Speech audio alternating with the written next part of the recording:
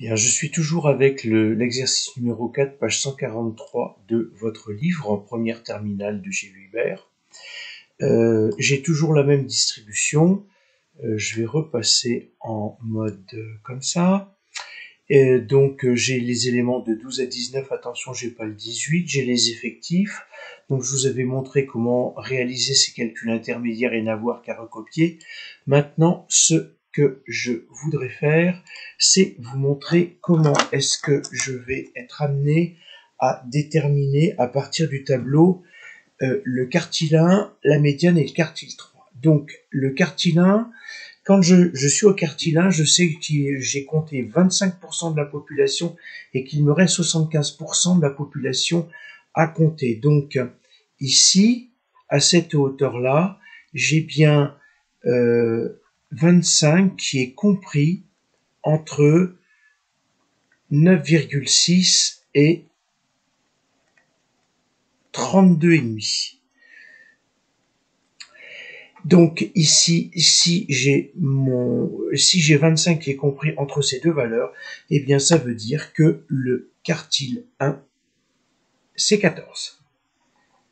Donc le quartile 1 vaut 14. De la même manière, le 50e % de la population, il va être compris entre 32,6 et 73,5. Ce qui veut dire que en remontant ici, sur cette ligne-là, je vais arriver à la valeur de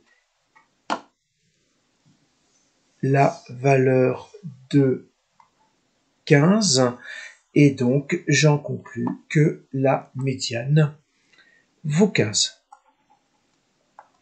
Et puis de la même manière, si je suis au quartile 3, je sais qu'il me reste 75%. Cette valeur, il ne me reste que 25% de la population à compter.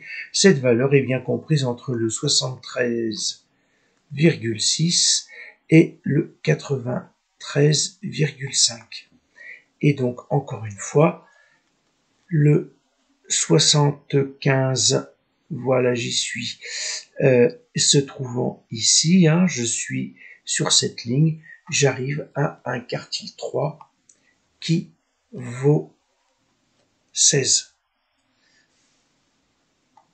Donc ici, si je relis chacune de mes lignes, j'ai bien un quartile 3 qui vaut 16. Alors, maintenant, ce que je peux faire, c'est que je peux aller avec la calculatrice et rechercher ces valeurs d'un point de vue graphique en demandant à la calculatrice de tracer le diagramme en boîte. Alors, pour ce faire, je descends à ma calculatrice.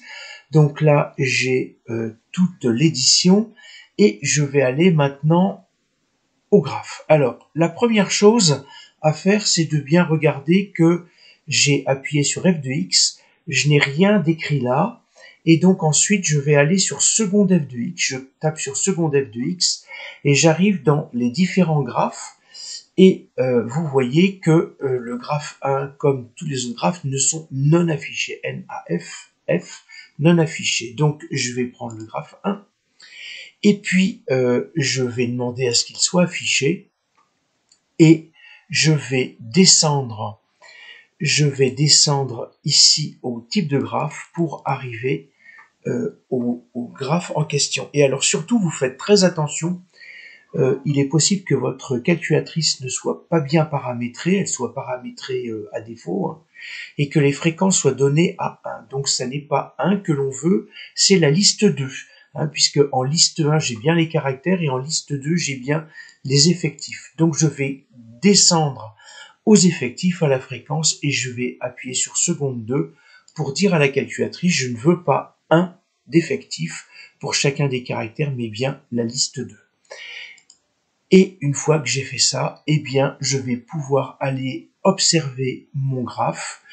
Et donc, pour ce faire, je vais aller à ZoomStat. Alors, vous, sur la TI 82, ça doit s'arrêter au 7.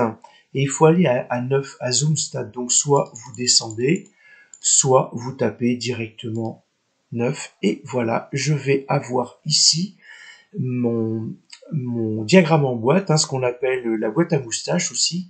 Et alors surtout, ce qu'il faut que vous regardiez, c'est par la fonction trace. Vous voyez que la médiane vaut 15, j'ai bien une médiane de 15. Si je me déplace à gauche, j'ai bien un quartile 1 de 14, un quartile 1 de 14, un minimum de 12, et puis si je vais sur la droite, un maximum de 19 et un quartile 3 de 16, exactement les valeurs que j'ai trouvées là, exactement aussi les valeurs que je vais trouver par les calculs.